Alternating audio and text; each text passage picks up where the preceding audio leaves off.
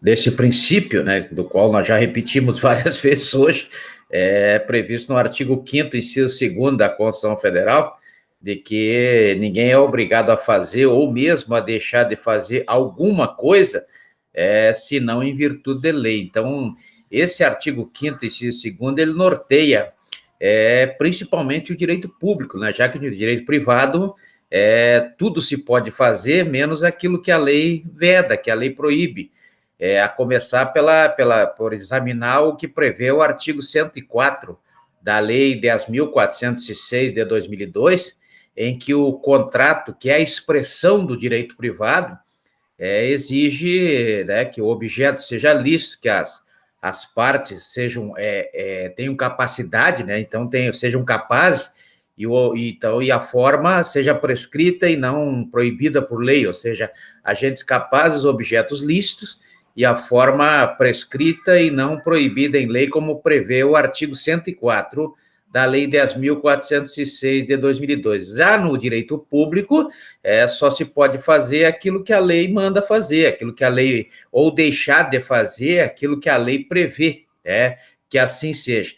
Então, veja que nesse caso do direito militar, no direito plenamente ou maciçamente na seara criminal, na seara penal, né? Na seara penal, então nós temos aí, na verdade,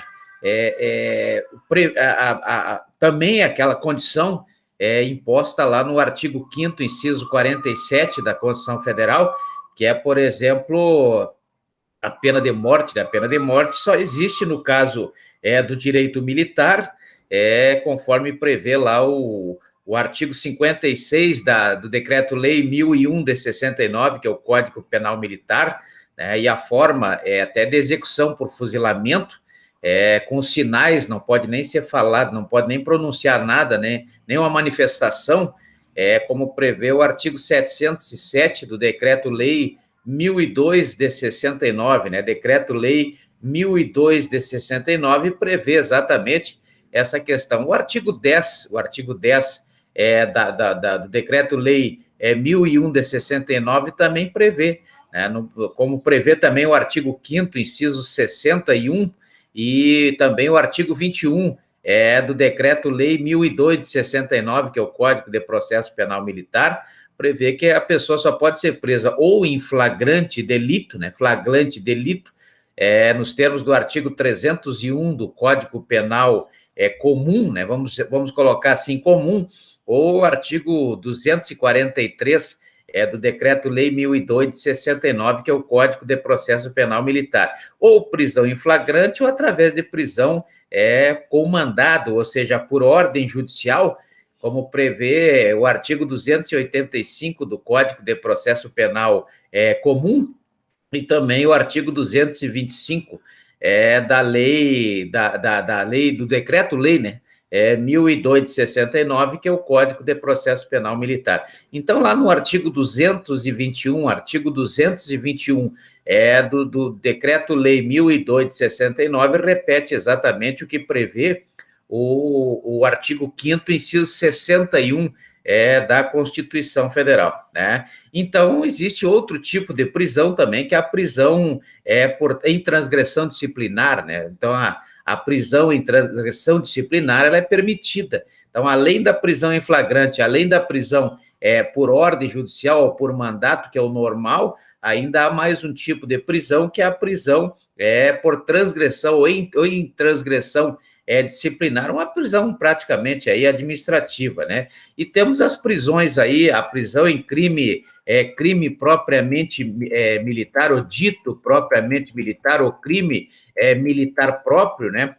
O que é um crime militar próprio? É um crime que é só praticado por militares, tem aquela condição especial, só podem ser praticados, sujeito ativo do crime só pode ser um militar, mas isso é praticamente letra morta, essa questão da prisão em crimes propriamente militares, em função aí mesmo, né? Claro que esses crimes eles eram praticados mesmo sem, não prever a observação quanto ao artigo 5º, inciso 61 da Constituição Federal, nem ao próprio artigo 221 do Decreto-Lei 1002 de 69, aonde há necessidade da prisão ser ou por flagrante delito, né, ou se não ser por mandado judicial, né? Na verdade, essa prisão ela não se dá pela questão de próprio e impróprio, ela se dá pelo tipo penal, né? O tipo penal, então vejo que existe aí essa questão, não importa se flagrante, não importa se tem mandato, então poderia ser feita a qualquer momento, mas isso hoje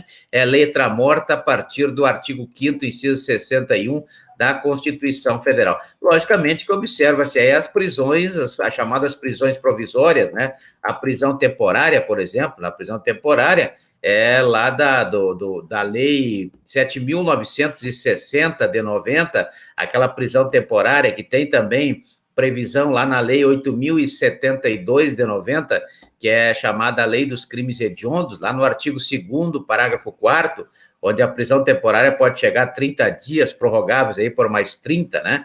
Diferentemente do procedimento da Lei 7.960 de 89. Está previsto também lá no artigo 220 do Decreto-Lei 1002 de 69, que é o Código de Processo Penal Militar, né? Então, nós temos aí o inquérito policial, aquelas prisões que podem ser procedidas durante o inquérito policial.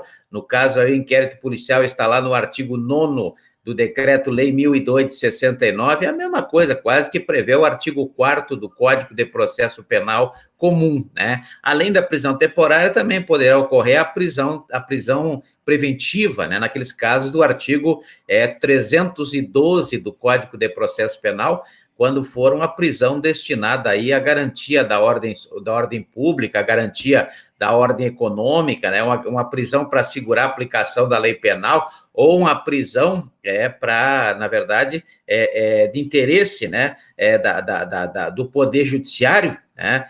Então, para que tenhamos aí todos aqueles requisitos previstos no artigo 312 do Código de Processo Penal, e isso quase que se repete lá no artigo 254 do Decreto-Lei 1002 de 69, o Decreto-Lei 1002 de 69. Então, temos aí a conveniência da instrução criminal, etc., né? Então, vejo que é uma situação interessante.